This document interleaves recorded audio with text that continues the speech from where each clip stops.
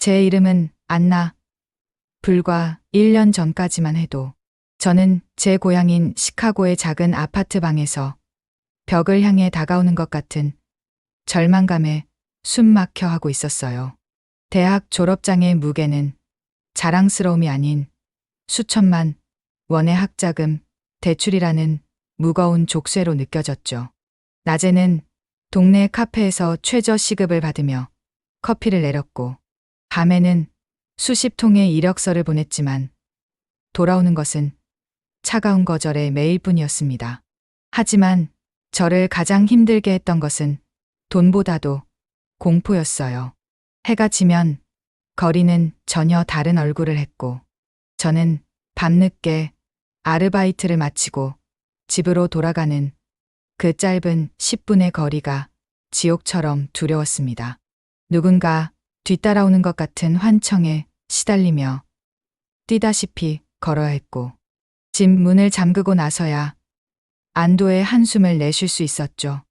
자유의 나라라고 불리는 곳이었지만 저에게는 밤에 혼자 걸을 자유조차 없었습니다. 그런 제 유일한 탈출도는 한국 드라마와 케이팝이었어요. 화면 속 서울의 거리는 밤늦게까지 네온사인으로 빛났고, 그 속의 사람들은 활기차고 자유로워 보였죠. 제가 동경하는 세계, 제가 잃어버린 안전과 안정을 그곳에서는 찾을 수 있을 것만 같았어요. 그러던 어느 날, 저는 모든 것을 걸고 결심했습니다. 그래, 떠나자. 이 절망의 도시를 벗어나 내가 꿈꾸는 곳으로 가자. 그것은 도피에 가까운 결정이었어요. 주변의 모든 친구들이 말렸지만 저는 모아둔 얼마 안 되는 돈과 편도, 항공권 한 장만을 손에 쥔 채 무작정 서울행 비행기에 몸을 실었습니다. 제가 그토록 사랑했던 K컬처의 나라가 과연 저희 상처를 보듬어주고 새로운 시작을 허락해줄까요? 그때의 저는 알 수 없었습니다. 인천국제공항에 첫 발을 내디뎠을 때 저를 맞이한 것은 제가 상상했던 것 이상의 현대적이고 깨끗한 풍경이었어요. 모든 것이 질서정연했고, 사람들의 얼굴에는 제가 살던 도시의 날카로움 대신 무심하지만 평온한 표정이 담겨 있었죠. 제가 진짜 충격을 받은 것은 서울에 도착한 첫날 밤이었습니다. 시차 때문에 잠을 설친 저는 새벽 2시가 넘어 갈증을 느끼고 무심코 숙소 밖 편의점으로 향했어요. 문을 나서는 순간 저는 제가 얼마나 무모한 짓을 했는지 깨달았죠.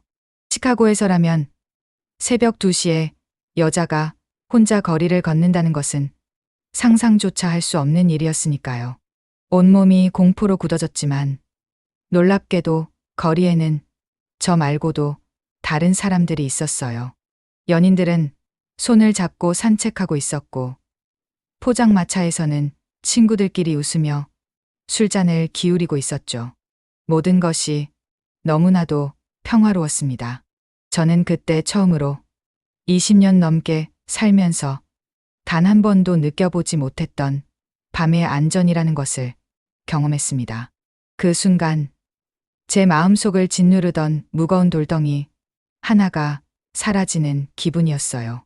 며칠 뒤 저는 기본적인 한국어 실력 덕분에 홍대의 한 작은 카페에서 일자리를 구할 수 있었어요. 월급은 많지 않았지만 제 고향보다 훨씬 저렴한 생활비 덕분에 학자금 대출을 갚고도 약간의 저축까지 할 수 있었죠. 제가 일하던 카페는 늘 손님들로 붐볐고 저는 다양한 사람들을 만날 수 있었습니다.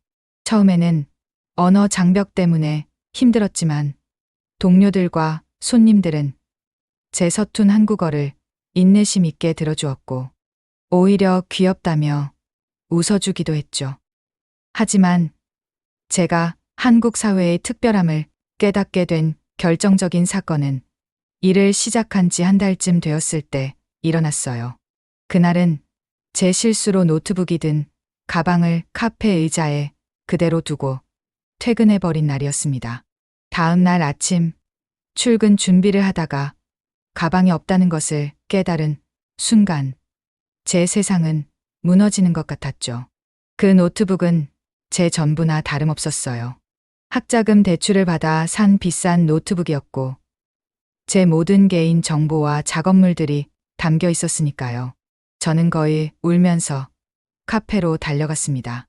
당연히 사라졌을 거라고, 되찾을 희망은 없다고 생각했죠. 그런데 믿을 수 없는 일이 벌어졌어요. 제 가방은 어젯밤 제가 두고 간 바로 그 자리에 아무도 건드리지 않은 채 고스란히 놓여 있었습니다. 저는 제 눈을 의심하며 가방을 열어보았어요. 노트북, 지갑, 그 안에 현금까지 모든 것이 그대로 있었죠. 사장님께 여쭤보니 어젯밤 마감하던 직원이 발견했지만 주인이 찾으러 올 거라 믿고 그대로 두었다는 것이었어요. 저는 그 자리에 주저앉아 눈물을 쏟았습니다. 그것은 절망의 눈물이 아닌 깊은 감동과 안도감의 눈물이었습니다.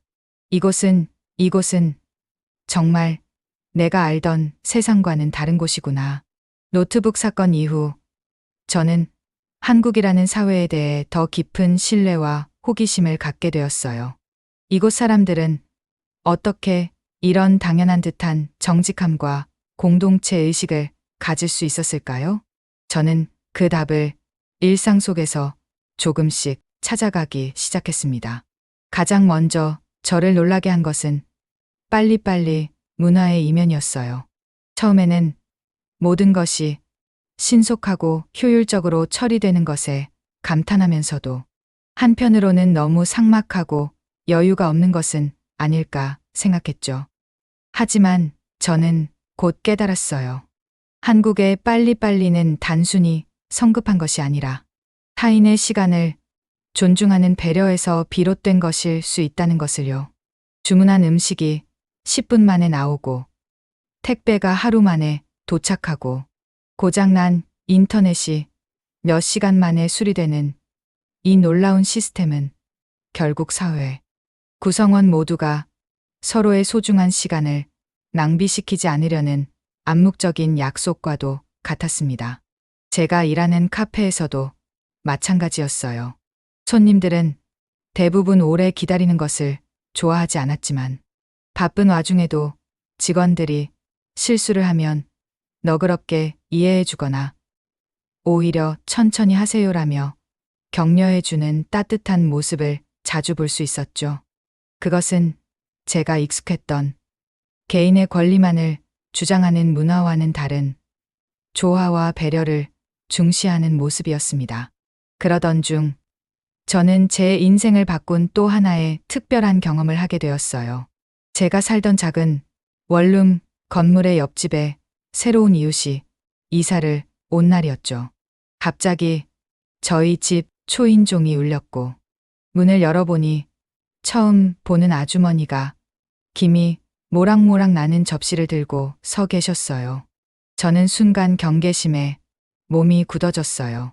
미국에서는 낯선 사람이, 그것도 직접 만든 음식을 들고 찾아오는 것은 매우 드물고 의심스러운 일이었으니까요. 하지만 아주머니는 환하게 웃으며 제게 접시를 내밀었어요. 옆집에 새로 이사 온 사람이에요. 이사, 떡 좀 돌리러 왔어요. 잘 부탁해요, 세댁. 저는 어리둥절했지만 일단 떡을 받아 들고 감사 인사를 했죠. 나중에 동료에게 물어보니 한국에서는 새로운 곳으로 이사하면 이웃들에게 떡을 돌리며 인사를 나누는 따뜻한 전통이 있다는 것을 알게 되었어요. 그날 저녁 저는 난생 처음 먹어보는 쫄깃하고 달콤한 팥 시루떡을 먹으며 깊은 생각에 잠겼어요. 이 작은 떡 한 조각에는 단순히 맛을 넘어 새로운 이웃을 환영하고 공동체의 일원으로 받아들이는 따뜻한 정칭이 담겨 있었던 거죠. 개인주의가 만연하고 이웃의 얼굴조차 모르고 지내는 제 고향에서는 느낄 수 없었던 사람 사이의 끈끈한 유대감이었습니다. 그날 이후 옆집 아주머니는 저를 딸처럼 여기며 가끔 김치나 반찬을 가져다 주시기도 했고, 저는 그분 덕분에 더 이상 혼자라는 외로움을 느끼지 않게 되었습니다. 한국에서의 생활에 점차 익숙해지면서 저는 제가 가지고 있던 또 다른 편견들과 마주하게 되었어요. 바로 인프라에 대한 것이었죠. 저는 미국이라는 거대한 나라의 인프라가 세계 최고 수준일 거라고 막연히 믿고 있었어요. 하지만 한국에서 살아보니 그 생각이 얼마나 큰 착각이었는지 깨닫게 되었습니다. 제가 가장 감탄했던 것은 바로 대중교통 시스템이었어요. 서울의 지하철은 거미줄처럼 도시 구석구석을 연결했고 항상 정확한 시간에 도착했으며 내부도 믿을 수 없을 만큼 깨끗했죠. 버스 역시 노선이 체계적이었고 앱 하나만 있으면 모든 경로와 도착 시간을 실시간으로 확인할 수 있었어요. 심지어 임산부나 노약자를 위한 전용 좌석이 항상 비워져 있는 것을 보며 저는 보이지 않는 곳까지 세심하게 설계된 이 시스템에 감탄하지 않을 수 없었죠. 밤늦게 버스나 지하철을 타도 전혀 위험하다는 느낌이 들지 않는 것은 물론이었고요. 주말이면 저는 친구들과 함께 KTX를 타고 국내 여행을 떠나곤 했어요. 서울에서 부산까지 단 2시간 반 만에 주파하는 고속철도의 속도와 안락함은 매번 저를 놀라게 했죠. 특히 여행길의 숨은 보석은 바로 고속도로 휴게소였습니다. 미국에서 휴게소란 그저 주유를 하거나 낡은 화장실을 이용하는 곳에 불과했지만 한국의 휴게소는 그 자체가 하나의 거대한 복합 문화 공간이었어요. 지역 특산물을 활용한 다양하고 맛있는 음식들, 백화점 못지않은 쇼핑 공간, 그리고 깨끗한 편의 시설까지. 한 번은 주문대기 번호가 500번이 넘는 것을 보고 경악했는데 놀랍게도 커피는 5분도 안 돼서 나왔어요. 저는 이곳에서 한국인들의 효율성과 즐거움을 동시에 추구하는 독특한 문화를 엿볼 수 있었죠. 이러한 완벽한 인프라는 비단 교통뿐만이 아니었어요. 세계에서 가장 빠르다는 초고속 인터넷, 언제 어디서나 가능한 모바일 결제, 그리고 24시간 잠들지 않는 배달 문화까지. 한국은 시민들의 일상을 더 편리하고 풍요롭게 만들기 위한 사회적 투자를 아끼지 않는 나라처럼 보였습니다. 제가 살던 곳에서는 상상도 할 수 없었던 빠르고 정확하며 안전한 사회 시스템. 저는 그 속에서 점차 안정감을 찾아가고 있었습니다. 한국에서의 안정된 생활이 이어지던 어느 날, 저는 제 삶의 방향을 다시 한번 고민하게 되는 계기를 맞이했어요. 제가 일하던 카페의 사장님께서 제 성실함과 능력을 높이사 저에게 카페의 정식 매니저 직을 제안하신 것이었죠. 더 높은 급여와 안정적인 직책, 그리고 E-7 특정활동 비자로 변경할 수 있는 기회까지 주어지는 파격적인 제안이었습니다. 저는 기쁘면서도 한편으로는 혼란스러웠어요. 처음 한국에 올 때만 해도 저는 이곳을 잠시 머물다 가는 도피처 정도로만 생각했거든요. 하지만 이제는 저에게 이곳에 뿌리 내릴 수 있는 기회가 주어진 것이었죠. 이 제안을 받아들인다는 것은 단순히 직업을 바꾸는 것이 아니라 제 인생의 터전을 완전히 한국으로 옮긴다는 것을 의미했습니다. 캐나다에 있는 가족과 친구들, 그리고 제가 자라온 모든 환경을 뒤로하고 말이죠. 저는 며칠 밤낮을 고민했어요. 이제 저는 더 이상 한국을 막연한 환상으로만 바라보지 않았어요. 지난 1년여의 시간 동안 저는 이곳의 빛나는 장점들뿐만 아니라 어두운 그림자들도 분명히 보았으니까요. 치열한 경쟁 사회, 과도한 업무 문화, 그리고 여전히 존재하는 세대 간의 갈등 등 이곳 역시 사람들이 살아가는 현실적인 공간이었죠. 저는 제 자신에게 물었습니다. 내가 정말 원하는 삶은 무엇일까? 시카고로 돌아가 다시 그 불안한 현실과 마주하는 삶일까? 아니면 많은 어려움이 있겠지만 이곳 한국에서 새로운 가능성에 도전하는 삶일까? 저는 지난 1년간의 제 모습을 떠올려 보았어요. 밤늦게 혼자 거리를 걸으며 느꼈던 해방감, 낯선 이웃이 건네준 떡의 온기, 잃어버릴 뻔했던 노트북을 되찾았을 때의 안도감, 그리고 동료들과 함께 웃고 떠들며 느꼈던 소속감까지. 한국은 제게 단순히 안전하고 편리한 곳을 넘어 제가 잃어버렸던 인간적인 유대감과 삶의 활력을 되찾게 해준 곳이었습니다. 저는 이곳에서 비로소 제 자신의 두 발로 단단히 서서 살아가고 있다는 느낌을 받았던 거죠. 결심은 어렵지 않았습니다. 저는 사장님의 제안을 받아들이기로 했어요. 그리고 더 나아가 단순히 비자를 연장하는 것을 넘어 언젠가는 한국에 완전히 정착하여 이 사회의 진정한 구성원이 되겠다는 새로운 목표를 세웠습니다. 그날 밤 저는 시카고에 있는 부모님께 전화를 걸어 제 결정을 말씀드렸어요. 처음에는 놀라시던 부모님도 이전과는 달리 자신감과 희망에 차 있는 제 목소리를 들으시고는 결국 저의 새로운 시작을 응원해 주셨습니다. 카페 매니저가 된 후 저의 삶은 새로운 책임감과 함께 더욱 풍요로워졌어요. 저는 더 이상 아르바이트생이 아닌 한 매장을 책임지는 전문가로서 일하게 되었죠. 저는 손님들에게 더 좋은 서비스를 제공하기 위해 노력했고, 함께 일하는 동료들을 챙기며 리더십을 발휘하기도 했어요. 그 과정에서 저는 일하는 것에 진정한 보람과 즐거움을 깨닫게 되었습니다. 저는 한국어 공부도 더욱 열심히 했어요. 이제는 단순히 의사소통을 위한 것을 넘어 한국의 역사와 문화를 더 깊이 이해하고 싶었기 때문이죠. 주말이면 저는 박물관이나 고궁을 찾아다녔고, 한국인 친구들과 함께 등산을 가거나 지역 축제에 참여하기도 했어요. 알면 알수록 한국은 제게 더 많은 매력을 보여주었고, 저는 이 나라에 대한 애정이 더욱 깊어지는 것을 느꼈습니다. 물론 여전히 어려움은 있었어요. 때로는 문화적 차이로 인해 오해가 생기기도 하고, 가끔은 가족과 친구들이 있는 고향이 그리워 외로움을 느끼기도 했죠. 하지만 이제 저는 더 이상 예전처럼 쉽게 무너지지 않았어요. 제 곁에는 언제나 저를 지지해주는 따뜻한 동료들과 이웃, 그리고 친구들이 있었으니까요. 힘들 때면 저는 그들에게 솔직하게 고민을 털어놓았고, 그들은 언제나 제 편이 되어 주었습니다.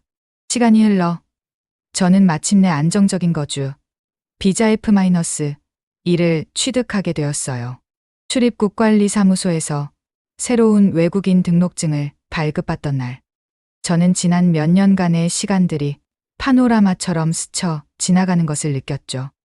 절망 속에서 도망치듯 왔던 이 낯선 땅에서 저는 이제 제 자신의 힘으로 새로운 삶의 터전을 일군 것이었습니다. 어느 주말 오후 저는 옆집 아주머니와 함께 옥상 텃밭에서 상추를 따고 있었어요. 햇살은 따뜻했고 바람은 시원했죠. 아주머니는 저에게 이제 안나 씨는 한국 사람 다 됐네. 다 됐어. 라며 환하게 웃으셨어요. 그 말을 듣는 순간 저는 깨달았어요. 제가 찾고 있던 것은 K-드라마 속 판타지가 아니라 바로 이런 평범하고 따뜻한 일상이었다는 것을요. 저는 이제 더 이상 과거의 상처나 미래의 불안 때문에 흔들리지 않아요. 저는 이곳 서울에서 저를 아껴주는 좋은 사람들과 함께 제 자신의 삶을 하루하루 소중하게 가꿔나가고 있습니다. 제가 잃어버렸던 것은 어쩌면 안전이나 안정이 아니라 바로 희망이었을지도 모릅니다. 그리고 저는 그 희망을 바로 이곳 한국에서 되찾았습니다. 저의 진짜 이야기는 이제부터가 진짜 시작입니다. 안정적인 거주, 비자를 받고 카페 매니저로서 인정을 받게 된 후 안나의 삶은 비로소 평온한 궤도에 오른 듯 보였어요. 더 이상 매일 밤 불안에 떨며 잠을 설치지 않아도 되었고 통장 잔고를 보며 한숨 쉬는 일도 줄었죠. 그녀는 이제 서울이라는 도시의 일부가 되어 성실하게 자신의 일상을 꾸려나가고 있었습니다. 그녀를 딸처럼 아껴주는 옆집 아주머니, 이제는 가족처럼 가까워진 직장 동료들, 그녀의 주변은 따뜻한 사람들로 채워져 있었죠. 하지만 평온함 속에서도 안나의 마음 한구석에서는 새로운 열망이 조용히 싹트고 있었어요. 그녀는 단순히 주어진 일을 잘 해내는 것을 넘어 무언가 온전히 자기 자신만의 것을 만들고 싶다는 갈증을 느끼기 시작했습니다. 그 시작은 아주 작은 아이디어에서 비롯되었어요.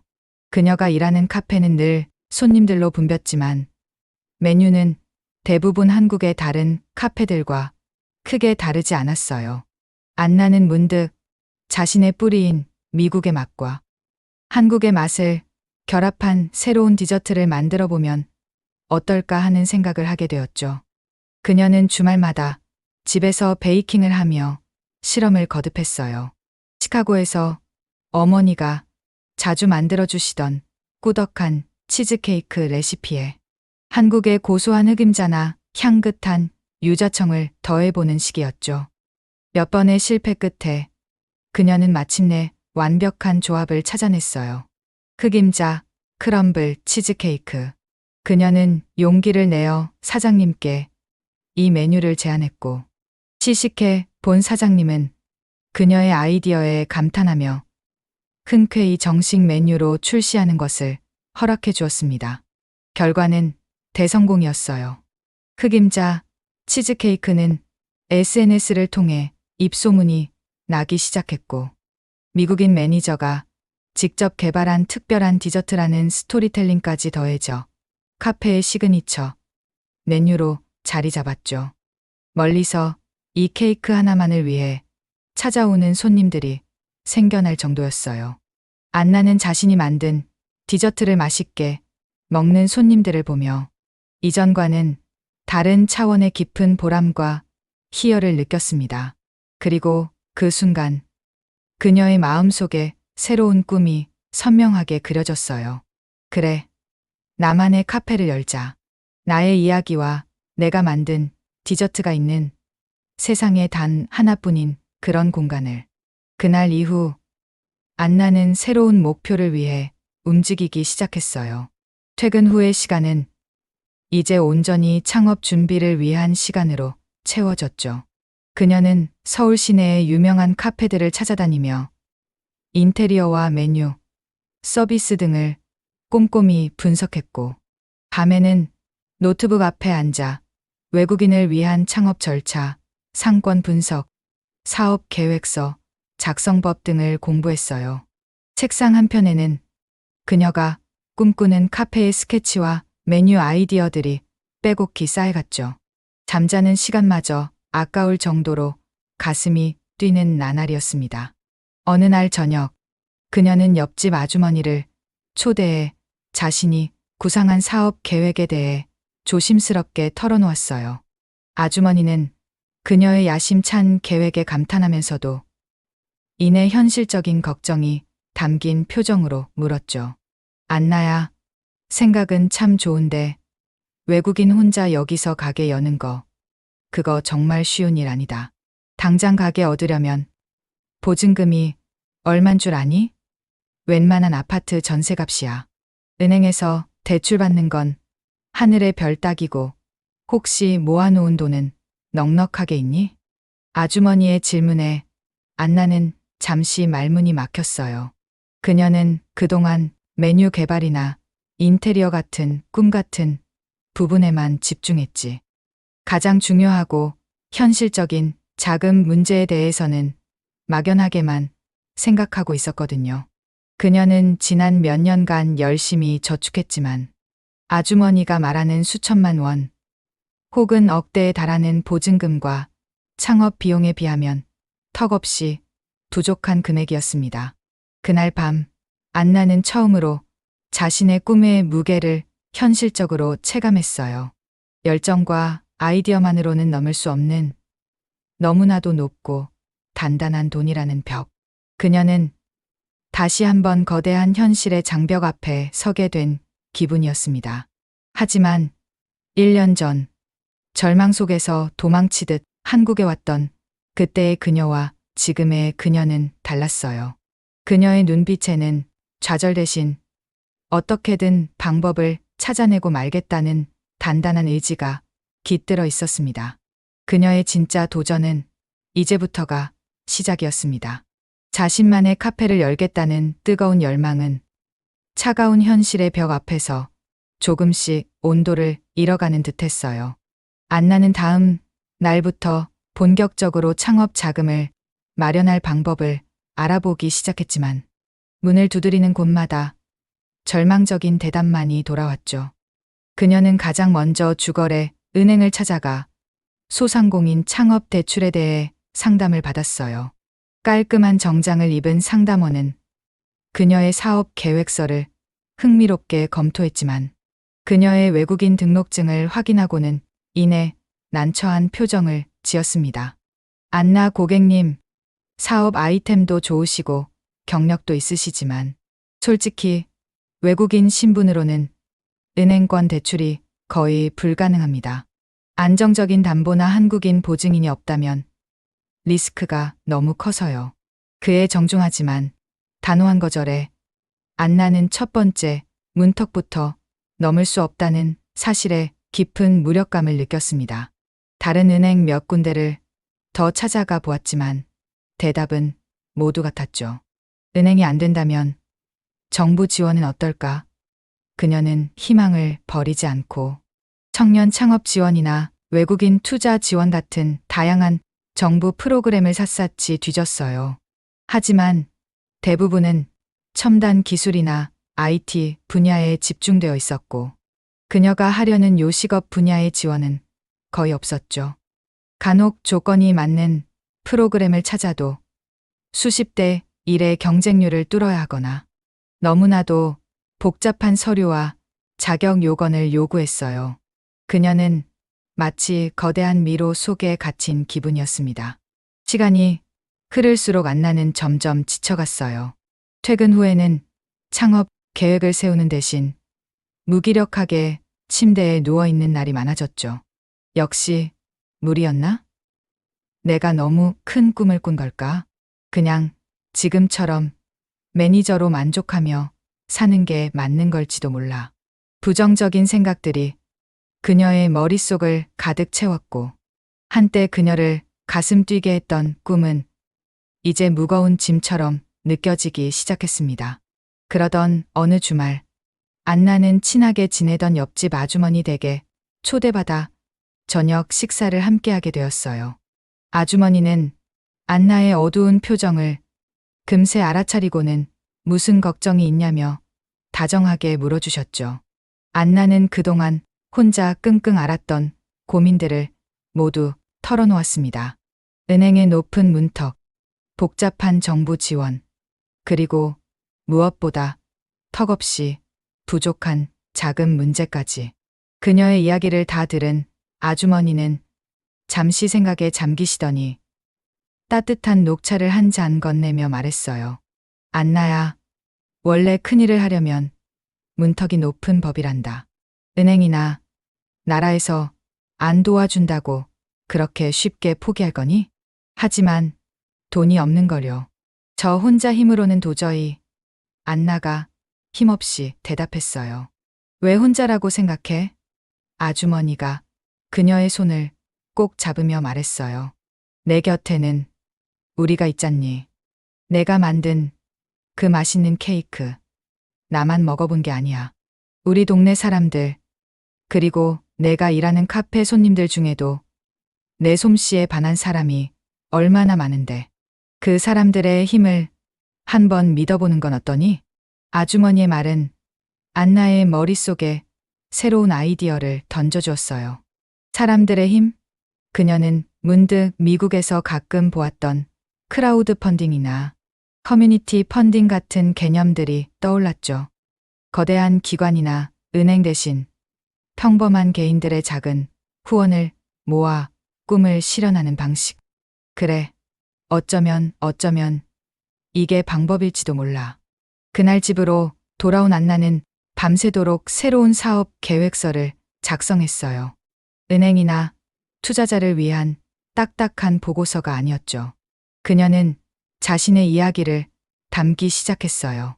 절망 속에서 희망을 찾아 한국에 왔던 이야기, 이곳의 따뜻한 사람들을 만나 상처를 치유했던 이야기, 그리고 이제는 자신이 받은 그 온기를 맛있는 디저트에 담아 더 많은 사람들과 나누고 싶다는 진심 어린 꿈에 대해서요.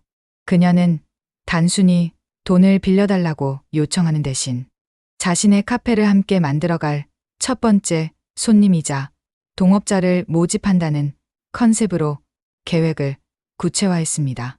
소액의 펀딩에 참여하는 사람들에게는 개업 후 사용할 수 있는 음료 쿠폰이나 디저트 교환권을, 고액의 펀딩에 참여하는 사람들에게는 카페의 지분 일부나 평생 할인 혜택 같은 파격적인 조건을 내걸었죠. 며칠 뒤 안나는 용기를 내어 작은 펀딩 설명회를 준비했어요. 장소는 그녀가 일하는 카페의 문 닫은 저녁 시간이었죠. 그녀는 떨리는 마음으로 그동안 자신에게 따뜻함을 보여주었던 사람들을 초대했습니다. 옆집 아주머니와 그 이웃들, 그녀를 응원해주던 카페의 단골 손님들, 그리고 함께 일하는 동료들까지. 작은 카페 공간에 20명 남짓한 사람들이 모였어요. 안나는 그들 앞에 서서 서툴지만 진심을 담아 자신의 꿈을 이야기하기 시작했습니다. 이것은 그녀의 마지막 희망이자 그녀가 그토록 믿게 된 한국의 정치인과 공동체에 대한 시험대이기도 했습니다. 과연 사람들은 그녀의 절박한 꿈에 응답해 줄까요? 카페 안의 조명이 평소보다 더 따뜻하게 느껴졌어요. 안나는 자신을 위해 기꺼이 시간을 내어 찾아와 준 20명 남짓한 사람들 앞에 서서 마른 입술을 축였습니다. 그녀의 심장은 금방이라도 입 밖으로 튀어나올 것처럼 격렬하게 뛰었죠. 그녀는 준비해 온 발표 자료를 스크린에 띄우고 떨리는 목소리로 자신의 이야기를, 그리고 자신의 꿈을 이야기하기 시작했습니다. 그녀는 단순히 사업의 수익성이나 시장 분석에 대해 말하지 않았어요. 대신 그녀는 지난 몇 년간 자신이 겪었던 이야기를 솔직하게 털어놓았죠. 밤거리를 두려워하며 살아야 했던 시카고에서의 절망적인 삶, K드라마 속 환상을 쫓아 도망치듯 왔던 서울, 그리고 이곳에서 노트북을 잃어버렸다가 되찾고 낯선 이웃에게서 따뜻한 떡을 받으며 느꼈던 감동과 변화에 대해서요. 저는 한국에 와서 단순히 안전이나 편리함을 얻은 것이 아니에요. 저는 이곳에서 사람에 대한 믿음과 공동체의 따뜻함을 되찾았습니다. 제가 만들고 싶은 카페는 단순히 커피와 케이크를 파는 곳이 아니에요. 제가 이곳에서 받았던 그 따뜻함과 위로를 이제는 제가 다른 사람들에게 나눠줄 수 있는 그런 공간을 만들고 싶습니다. 한국인과 외국인이 스스럼 없이 어울리고 지친 사람들이 잠시 쉬어갈 수 있는 동네 사랑방 같은 곳이요. 그녀는 서툴지만 진심을 담아 자신이 개발한 흑임자, 치즈케이크처럼 미국과 한국의 좋은 점만을 모은 특별한 공간에 대한 비전을 설명했습니다. 그리고 마지막으로 그녀는 자신의 가장 큰 약점이자 현실적인 어려움인 작은 문제에 대해 솔직하게 고백하며 그들에게 투자자가 아닌 동업자이자 첫 번째 손님이 되어달라고 호소했습니다. 발표가 끝나고 카페 안에는 잠시 정적이 흘렀어요. 안나는 심장이 쿵 내려앉는 기분이었죠. 역시 너무 무모한 부탁이었나? 사람들이 나를 이상하게 생각하면 어떡하지? 그녀가 고개를 숙이려던 바로 그 순간이었어요. 우리 안나, 기특하게 혼자서 이만큼이나 준비했네. 걱정 마라. 나부터 시작할게. 가장 먼저 침묵을 깬 것은 바로 옆집 아주머니, 김영희 씨였습니다. 그녀는 자리에서 일어나 안나를 자랑스러운 눈빛으로 바라보며 말했어요. 내가 큰 돈은 없지만 가게 보증금에라도 보태 쓰라고 내 쌈짓돈이라도 보태주마. 우리 안나 꿈 내가 꼭 이뤄줘야지. 아주머니의 그 한마디는 마치 마법과도 같았어요. 그녀의 용기 있는 지지에 얼어붙어 있던 공기가 순식간에 녹아내리기 시작했죠. 여기저기서 사람들의 따뜻한 목소리가 이어졌습니다. 카페의 단골 손님 중 한 명이었던 인테리어 디자이너가 손을 들며 말했어요. 안나 씨, 제가 인테리어는 거의 재료비만 받고 멋지게 꾸며줄게요. 안나 씨의 이야기가 담긴 공간이라면 분명 멋진 곳이 될 거예요. 함께 일하던 카페 동료들은 우리가 가진 돈은 많지 않지만 오픈 준비할 때 발벗고 나서서 도와줄게요. 휴일 반납하고 페인트 칠이라도 같이 합시다라며 힘을 보탰죠. 다른 이웃들은 자신이 아는 저렴하고 좋은 부동산 중개인이나 식자재 업체를 소개해 주겠다며 앞다투어 약속했습니다. 안나는 눈앞에 펼쳐진 광경을 믿을 수가 없었어요. 그녀는 그저 눈물을 뚝뚝 흘리며 감사합니다. 정말 감사합니다라는 말만 되풀이할 뿐이었죠. 그녀가 두려워했던 것은 거절이 아니었어요. 다시 한번 혼자가 되는 것이었죠. 하지만 이제 그녀는 혼자가 아니었습니다. 그녀의 꿈을 지지하고 응원해주는 든든한 우리가 생긴 것이었습니다. 그날 이후 기적 같은 일들이 벌어졌어요. 안나의 이야기는 이웃과 단골 손님들을 통해 입소문이 퍼져나갔고 그녀를 돕고 싶다는 사람들이 점점 더 늘어났죠. 어떤 사람은 소액의 펀딩에 참여하며 응원의 메시지를 남겼고 어떤 사람은 자신의 재능을 기부하겠다며 연락을 해왔어요. 모금된 금액은 은행 대출금처럼 거대하지는 않았지만 안나의 저축액과 합쳐져 작은 가게의 보증금과 초기 인테리어 비용을 감당하기에는 충분한 액수가 되었어요. 마침내 필요한 초기 자금이 모두 모였던 날, 안나는 아주머니와 동료들과 함께 부둥켜 안고 한참을 울었습니다. 그것은 기쁨과 감사, 그리고 벅찬 감동의 눈물이었죠. 그녀는 깨달았어요.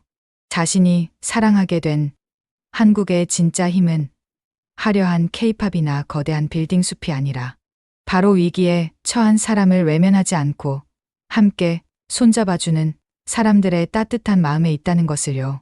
며칠 뒤 안나는 아주머니가 소개해준 부동산 중개인과 함께 마포구의 한적한 골목길에 위치한 작고 낡았지만 햇살이 잘 드는 가게 자리를 계약했습니다. 그녀는 텅 빈 가게 공간을 둘러보며 앞으로 이곳을 채워나갈 사람들의 웃음소리와 맛있는 케이크 냄새, 그리고 따뜻한 온기를 상상했어요. 그녀의 꿈은 더 이상 막연한 상상이 아니었습니다. 이제 막 좋은 사람들의 마음이 모여 현실의 첫 삽을 뜨기 시작한 것이었죠. 안나의 작은 카페 창업 프로젝트는 더 이상 그녀 혼자만의 꿈이 아니었어요. 그것은 그녀를 아끼는 모든 사람들의 공동 목표이자 즐거운 축제와도 같았죠. 텅 비어있던 낡은 가게는 따뜻한 마음들이 모여들면서 하루가 다르게 생기를 되찾아갔습니다. 인테리어 디자이너였던 단골 손님은 약속대로 주말마다 찾아와 자신의 재능을 아낌없이 쏟아부었어요. 그는 안나의 이야기를 듣고 미국의 편안함과 한국의 정칭이 공존하는 공간이라는 컨셉으로 따뜻한 원목과 세련된 조명을 활용해 아늑하면서도 감각적인 공간을 만들어 주었죠. 동료들은 휴일에 팔을 걷어붙이고 페인트칠을 돕거나 무거운 다구를 함께 옮기며 힘을 보탰어요.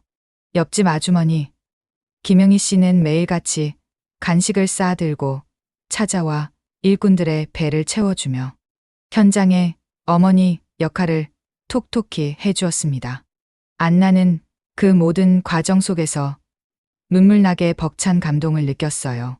그녀는 더 이상 외로운 이방인이 아니었죠. 서툰 한국어로 농담을 주고받고 땀 흘리며 함께 일하고 새참을 나눠 먹는 그 순간순간 그녀는 자신이 이 공동체의 완전한 일원임을 온몸으로 느끼고 있었습니다. 몇 달간의 준비 끝에 마침내 그녀의 꿈이 담긴 작은 카페 안나의 테이블 아나스 테이블이 문을 열게 되었습니다. 오픈 당일 카페는 그녀를 응원하기 위해 찾아온 사람들로 발 디딜 틈이 없었어요.